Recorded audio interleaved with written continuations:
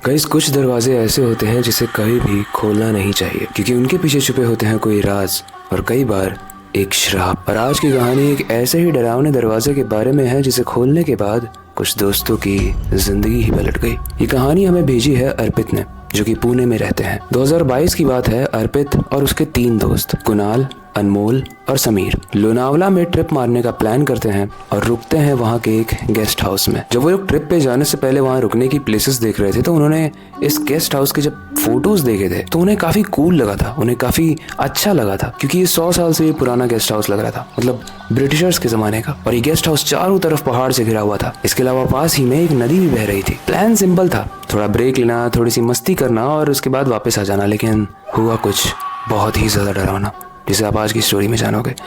लेकिन उससे पहले हेलो गाइस, मेरा नाम है अविनाश कुमार और आप देख हॉरर स्टोरीज। ये चारों दोस्त एक टैक्सी में बैठ के लोनावला में पहुंचते हैं। जब ये लोनावला में पहुंचे तो अक्सर वहां पर बारिश बहुत होती रहती है और उस दिन भी मौसम काफी खराब ही था और वहां जो धुंध भी दिख रही थी उसकी परत काफी मोटी प्रतीत हो रही थी। इसके अलावा बारिश भी बहुत तेज हो रही थी। लेकिन वो जैसे ही गेस्ट हाउस के गेट पर पहुंचते हैं वहां पर खड़ा होता है वहां का केयर टेकर और उसका नाम था रामदास काका। रामदास काका ने उन सब का ही लगेज उठाया और उन्हें अंदर बुलाया। वो उन्हें गेस्ट हाउस दिखाने लगा। लेकिन गेस्ट हाउस दिखाते दिखाते उन्होंने एक चीज बोली रामदास काका ने, जो सबको ध्यान रखनी चाहिए। उन्होंने बोला कि रात में एक पुराना लकड़ी का दरवाजा है स्टोर रूम में, उसे कभी मत खोलना क्योंकि उसके पीछे कुछ कैद है, कुछ बहुत डरावना कैद है। सबने रामदास काका का मजाक उड़ाया। उन्होंने बोला क्या काका, आप भी आज की डेट में कौन ही सब फालतू बातें करता है। अर्पित बोलता है यहाँ तो सही में हॉरर वाइब आ रही है, लगता है हमें व्लॉग रिकॉर्ड कर देना चाहिए, हम वायरल हो जाएंगे। सबको लगा ये ट्रिप बहुत नॉर्मल हो जाएगी, लेकिन वो गेस्ट हाउस नॉर्मल नहीं था। किसी तरीके से वो लोग दिन बात करके खा पी के गुजार लेते हैं और वक्त आता है रात का। जब सब सोने जाते हैं तो रात के 2 बजे के करीब उसमें से एक दोस्त अनमोल की नींद टूटती है। उसे लगता है कि हॉल की छत पर कोई चल रहा है धीरे धीरे, क्योंकि जो छत थी वो भी लकड़ी की बनी हुई थी, तो अगर उसके ऊपर कोई चलेगा बारिश के मौसम में तो एक अजीब सी आवाज आएगी। और यही आवाज अनमोल को आ रही थी। अनमोल जाकर तुरंत कुणाल को उठाता है और वो बोलता है कि कुणाल, तुझे ऊपर से आवाज आ रही है? कुणाल बोलता है मुझे तो नहीं आ रही, लेकिन चल स्टोर रूम जाकर देखते हैं, कहीं वो तो नहीं खुल गया और वहाँ की कोई आत्मा बाहर आ गई हो। वो लोग मजाक में बोलते हैं। लेकिन जब वो सच में स्टोर रूम के पास जाते हैं तो वो देखते हैं कि स्टोर रूम का दरवाजा खुला हुआ है। कुणाल और अनमोल हक्के बक्के रह गए कि ये दरवाजा खोला किसने। अनमोल कुणाल से पूछ रहा है, कुणाल अनमोल से पूछ रहा है, वो लोग जाके बाकी लोग जो सोए हुए हैं उनसे पूछ रहे हैं, लेकिन दरवाजा उसमें से किसी ने नहीं खोला था। तभी दरवाजे के पीछे से एक बहुत ही डरावनी और धीरे से आवाज आती है, मुझे धूप चाहिए, मुझे धूप चाहिए। वो आवाज डरावनी तो थी लेकिन उस आवाज में एक दर्द भी था, एक टूटी हुई आस भी थी। पहले इस आवाज को सुनने के बाद वो चारों ही लोग वहां से भाग के वापस अपने बेडरूम में आते हैं और किसी तरीके से वो रात गुजारते हैं। अगली सुबह वो रामदास काका के पास जाते हैं और पूछते हैं कि काका, आपने जो बताया था हमने उस चीज का मजाक उड़ाया था, लेकिन असलियत क्या है? क्या है इसकी कहानी?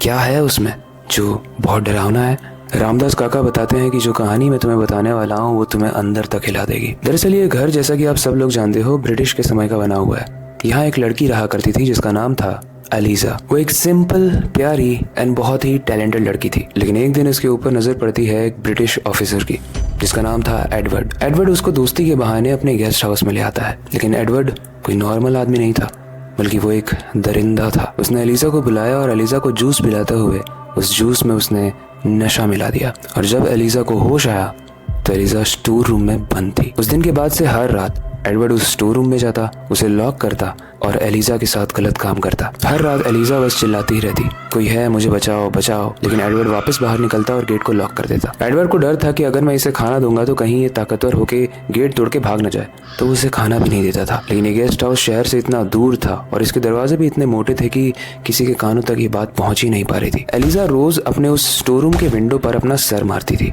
और एक दिन जब वो विंडो टूट गई तो एलिजा ने कूद कर अपनी जान दे दी। अब कहा जाता है कि एलिजा तो मर गई लेकिन उसकी आत्मा उसी स्टोर रूम में रह गई। और उस स्टोर रूम से मुझे धूप चाहिए वाली आवाज इसीलिए आती है क्योंकि कई बार वो ऐसा बोला भी करती थी कि मुझे यहाँ बहुत घुटन हो रही है, मुझे खाना दो, मुझे धूप दो।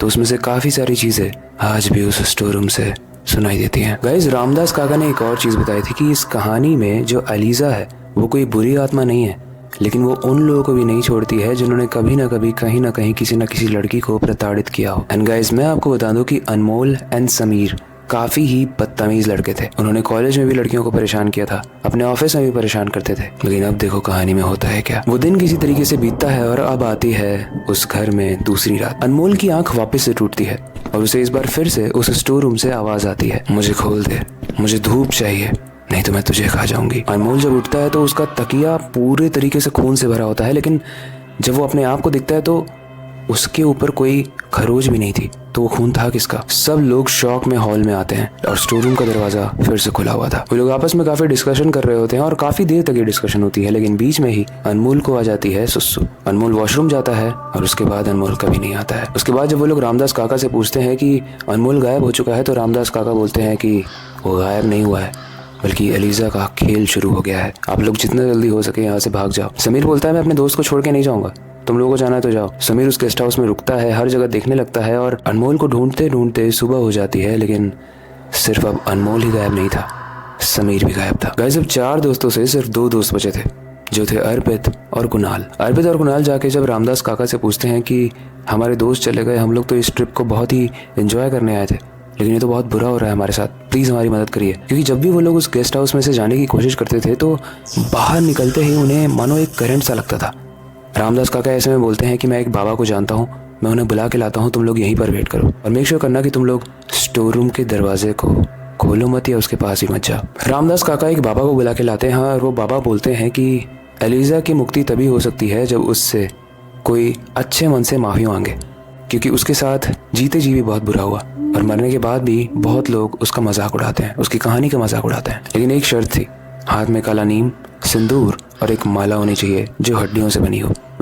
इस सब का जुगाड़ तो वो बाबा कर देते हैं और कुणाल डिसाइड भी करता है कि मैं जाऊंगा एलिजा से बात करने के लिए। अब वक्त आ चुका था कि कुणाल अंदर जाए और धीरे धीरे वो स्टोर रूम की तरफ बढ़ रहा है और जैसे जैसे वो बढ़ रहा है उसकी दिल की धड़कन भी बहुत तेज हो रही है। लेकिन फाइनली वो स्टोर रूम को खोलता है, अंदर एकदम अंधेरा। वो अंदर जाता है और अंदर से फिर वही डरावनी आवाज आती है कि मुझे रोशनी चाहिए थी, तुम लोग बार बार मेरा दरवाजा क्यों बंद कर देते हो। इससे पहले कि कुणाल सोचे कि वो मरने वाला है, वो आंख बंद करता है और वो बोलता है कि एलिजा माफ कर दो, हमने तुम्हारा मजाक उड़ाया, हम में से कोई भी एडवर्ड नहीं है और एडवर्ड जैसे हर इंसान को अपनी सजा मिलनी चाहिए। हम भी नहीं चाहते थे कि हमारे दोस्त समीर और अनमोल के साथ ऐसा हो, लेकिन तुमने ऐसा किया। अब तुम्हें शांति मिल जानी चाहिए, क्योंकि हमारा तुम्हारा मजाक उड़ाने का कोई भी ऐसा इंटेंशन नहीं था, इसलिए हमें माफ करो और हमें भी अपने घर में जाने दो जिस तरीके से कभी तुम जाना चाहती थी। दरवाजा जोर से बंद होता है, माला जल जाती है और कुणाल अंदर बेहोश पड़ा हुआ था। गाइस अगली सुबह कुणाल और अर्पित सेफली वहां से निकलने में कामयाब होते हैं। वो रामदास काका को थैंक यू बोलते हैं और डिसाइड करते हैं कि वो कभी भी